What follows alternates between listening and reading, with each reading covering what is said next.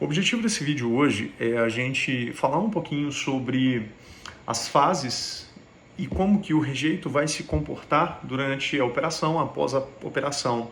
E quando a gente tiver o descomissionamento, né, da mina, e a barragem, né, também ela vai em algum momento ser descomissionada. E eu também vou explicar um pouquinho como que pode ser feito o controle de energia de deposição pelo método de aterro hidráulico. Vou falar um pouquinho mais sobre isso aqui. Então, a primeira coisa que a gente vai premissar são os rejeitos. O projeto no qual eu trabalho, a gente faz o beneficiamento do concentrado de cobre. Então, vamos entender o que é ou o que são os rejeitos. Os rejeitos, eles são resultantes do processo de beneficiamento a que são submetidos os minérios. Então, são geralmente compostos de partículas provenientes da rocha, com a água e as substâncias adicionadas para que a gente consiga beneficiar o produto que a gente busca. Então, essa rocha vai ser britada. E falando então, vamos falar um pouquinho dos processos, né, dos procedimentos.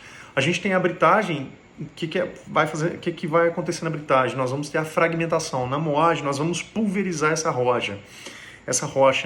No peneiramento, nós vamos classificar a granulometria do que passou nas peneiras, de acordo com aquilo que está especificado por norma. A gente vai saber que o que passa é a riqueza que nós buscamos, né? É aquele mineral. Nós temos a concentração, que pode ser por densidade, separação magnética, separação eletrostática, ciclonagem, aglomeração, flotação, lavagem, secagem, pirólise, enfim. Então, nós temos uma mistura com um maior teor de sólidos, como uma pasta. Ela é transportada para a estrutura de contenção, ou por caminhões ou correias transportadoras. E a mistura mais fluida é transportada por tubulações, geralmente por gravidade ou bombeamento, que é uma alternativa de custo operacional menor.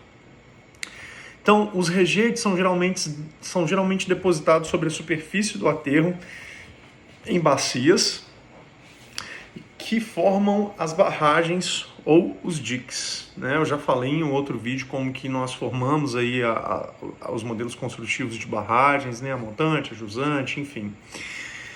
E para evitar que percolados atinjam águas superficiais e subterrâneas e que o material particulado cause o assoreamento de cursos d'água. Então, denominam-se diques as estruturas construídas em áreas planas ou pouca declividade, e barragens as estruturas que fecham o trecho estreito do vale, ou seja, nós fechamos uma determinada parte aqui, imagina num vale, para daqui para cá, nessa área para cá, nós vamos construir a nossa barragem.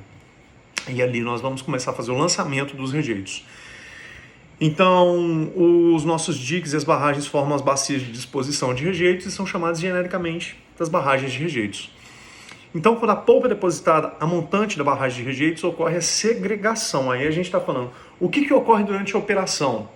Vai acontecer a segregação entre a água e as partículas sólidas. Então, a previsão baseia-se no plano de lavra, no sistema de beneficiamento e no comportamento geomecânico dos rejeitos. Então, esse meu plano de lavra, ele tem uma geometria final e o seu desenvolvimento no tempo. A gente vai ter uma compatibilização do ritmo de produção e lançamento com propriedades geomecânicas dos rejeitos. O que a gente vai analisar? A compressibilidade, a velocidade de abertura de novas áreas de estocagem ou de alteamentos da barragem. E as partículas sólidas mais pesadas sedimentam, enquanto as caloidas se mantêm em suspensão e adensamento com o tempo. Que a gente está falando o que então? Quando a gente construiu a nossa barragem, a gente começa a fazer o lançamento dos rejeitos. O rejeito, uma coisa muito importante também que a gente tem que ter feito, né, como uma das premissas, é a parte de fundação dessa barragem. Mas quando a gente vai fazer a compactação do solo, é extremamente importante que esse solo seja bem compactado para que aquelas partículas que estão ali, elas não tenham tanta coesão, ou seja, a gente não vai ter tanto volume de vazio entre as partículas e com isso a gente não vai ter deslocamento de massa de sólidos nesse solo que vai suportar essa carga dessa barragem.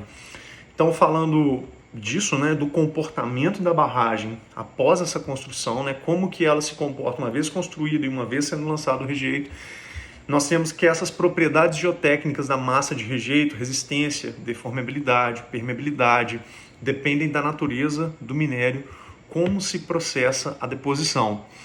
Por que que isso é importante? Porque nós temos um tempo de secagem, e não é bem uma secagem, mas é um tempo talvez de segregação do material que vai ser lançado nessa barragem. E é importante para quê? Para que os materiais mais pesados, eles atinjam o fundo da barragem e eles formem como se fosse aquela compactação, e há um tempo para que isso seja feito. E isso é muito importante, respeitar esse tempo. Nós temos então a análise de estabilidade, previsão de recalques, estudo de percolação, controle de erosão, estudo de impactos ambientais e recuperação ambiental. E isso vai acontecer ao longo do tempo. Ou seja, nós precisamos pensar nisso para a fase de descomissionamento do projeto, uma vez que essa barragem vai ter que ficar ali quando a mina estiver exaurida, né? Quando nós não formos mais fazer a lavra a céu aberto, né? Ou uma lavra subterrânea, que quer que seja. Quando nós exaurimos essa lavra, essa mina, a gente precisa pensar também no descomissionamento da barragem, enfim. E falando agora sobre o aterro hidráulico, a gente tem que o comportamento dos rejeitos granulares depositados em barragens, pela técnica, né, que eu acabei de falar, de aterro hidráulico, é determinado em função das características do rejeito e da natureza da sua disposição. Então, além das variabilidades naturais relacionadas à segregação hidráulica, um aterro hidráulico, a energia de disposição é definida por variáveis tais como vazão e concentração de polpa. Se essas variáveis de disposição fossem constantes, o perfil de segregação dependeria somente das características do rejeito. Mas não é assim que funciona, né?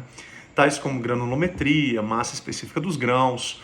No entanto, isso em campo nem sempre é possível nós conseguimos manter essas variáveis de disposição hidráulica constante, como também as características granulométricas e químicas do rejeito, pois são consequências dos processos de beneficiamento do minério, o que contribui para a grande variabilidade existente nos perfis de segregação.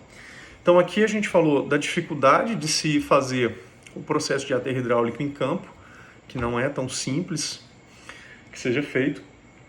E é fundamental, gente, a gente pensar no grau de importância da compactação, porque a compactação do solo, a compactação do rejeito quando ele é lançado, vai determinar qual vai ser o comportamento da minha barragem ao longo dos anos.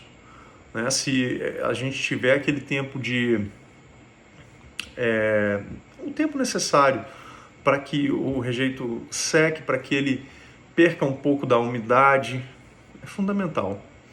Então nós falamos aqui basicamente sobre como que o nosso rejeito vai se comportar em 3 fases, já falei. Falamos também sobre esse método de aterro hidráulico, tá bom? Até mais!